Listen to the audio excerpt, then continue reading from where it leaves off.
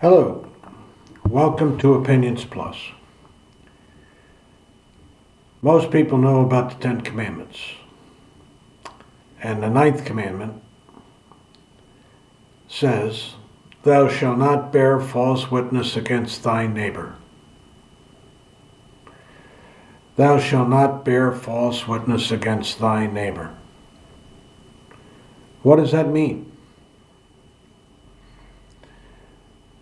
Most people take it to mean lying, making up things to hurt for some nefarious reason.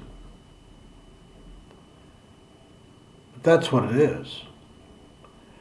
I've done clips on lying and, deceit. But when you look at that, "Thou shalt not bear false witness against thy neighbor,"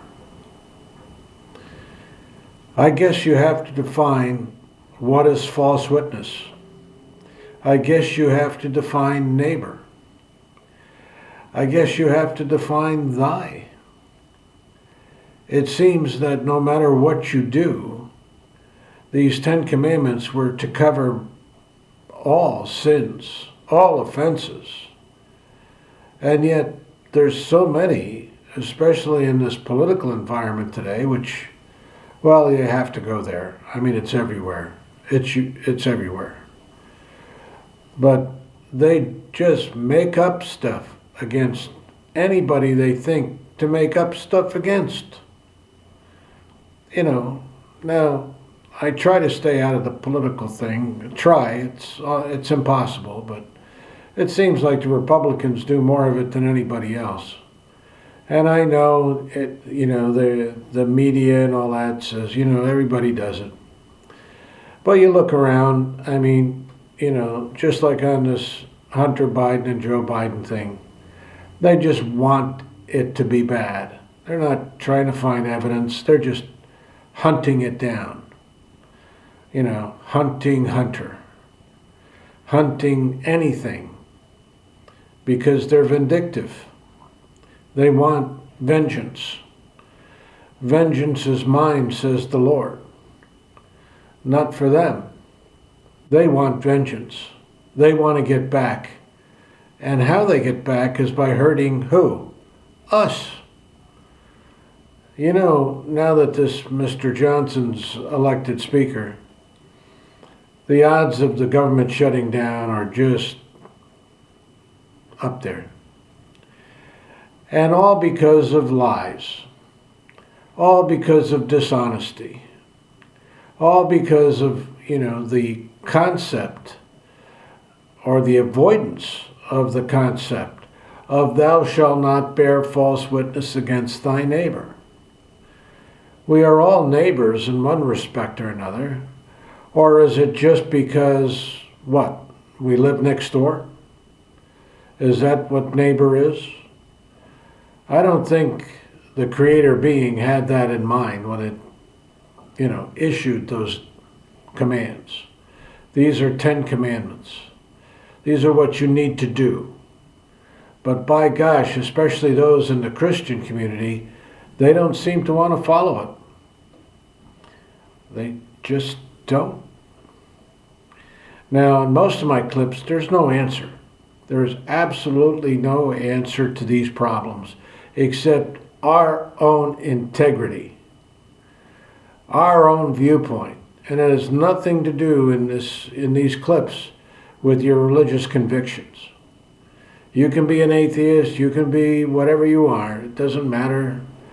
But if you're going to the good, if you want to be a decent person and live in a decent, honorable, trustworthy society and not cut down every institution that just goes against your little whim, because none of these things are solid. None of these things are just based on morality.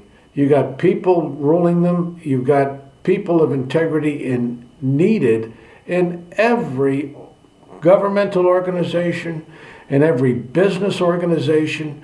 You need people of character. Do most of my clips go back to character? I would say yes. Character is the essential quality. And that doesn't, well, and then you have to add, well, or should I define it as the lack of character, the lack of integrity, the lack of honor, the lack of decency, the lack of understanding what thou shalt not bear false witness against thy neighbor means in the context of their own religious commitment. I don't know the answer except that we all have to go to the good. Go to the good. You know, everybody knows what good is. Do I have to really define good for people? Yes, I understand, and in some people's desire for their sensual appetites and all these other things that go on, that what is good for me is not necessarily good for you, because what is good for me can mean that I'm going to take advantage of you. So good has a problem.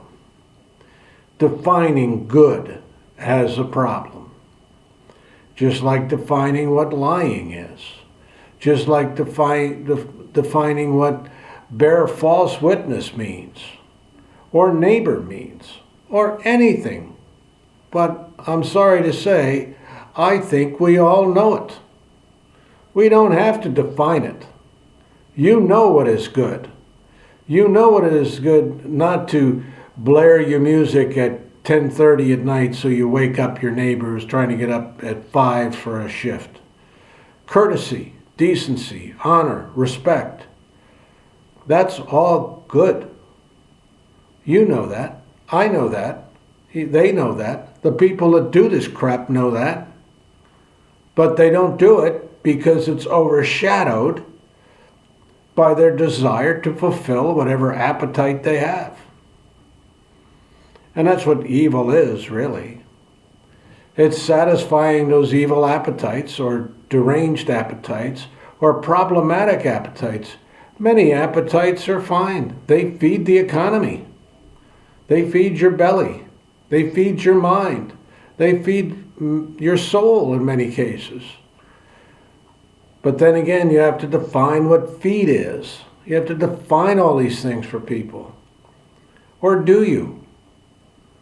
I don't really think so. I think people know. But they don't live up to it. They have a way now to get around everything. And that's just not the way to do things. Because apparently the leadership doesn't know what the hell they're leading. They don't lead. They don't teach. They don't guide. They don't punish. You know, except the poor and the disenfranchised get screwed all the time, but not everybody does. The rich, obviously, you just look at what's going on with these O.J. Simpson things and the Trump trials and all this stuff, that people get away with all kinds of travesties of justice. And you know that. You see that. It's all over the place. Are there two tiers? There's multiple tiers of justice. Are they all good, honorable things? No, they're not. How do you get there? How do we become that? By bettering ourselves, by looking in these mirrors and seeing ourselves, and going out on the back porch and contemplate the meaning of life, the true meaning for what it's about. Does it mean you're going to be, if you're a lousy person, does it mean you're going to turn yourself around that moment? Could be, but I doubt it. But go to the good. Be decent. Honor, respect, agape. Drilling those things home. Whatever the topic is that I start out at, it seems to gravitate back to that. Go to the good. Keeping hope alive. Agape. Bring diversity into your lives. You are not perfect. Nobody is perfect. I don't care whatever color skin you are. Or do you have a bias perspective on things. Everybody has a bias in some way or another. But you don't want to do things that are bad for the society or bad for the world or bad for your neighbor, whether it's bearing false witness or coveting their wives or whatever. Because back then the Ten Commandments, that's what you do. You covet the women. Because men were everything. Men were the power. Men. It's not men. It's people. People. And now we're talking about women's rights and women, perspective. And of course, that should be looked at. But it should be honored by the fact that they're a person, not just because they're a woman, but they're a person. And all people deserve to be treated with respect and not have false witness borne upon them in any way whatsoever. Just a food for thought. Bear false witness against your neighbor. What does it mean? Thanks for listening. If you like what you hear, if it has some value to you, subscribe if you haven't already, or send a link to your neighbor. Bearing false witness or not, try not to bear false witness. And hit the like button, or especially write a comment. I don't care if it's just one person reading at one view and someone reads your comment. It's important. Put it down. Your views are important. Some things I agree with, some things I don't agree with. But your views are important. They're your views. If they're done honestly with respect and, delving into your spirit to create a better environment for all, put it down. It doesn't have to be deep, doesn't have to be extensive, could be a few words. Whatever it is, put a comment down. Thanks for listening, thanks for viewing. Have a good day. Bye for now.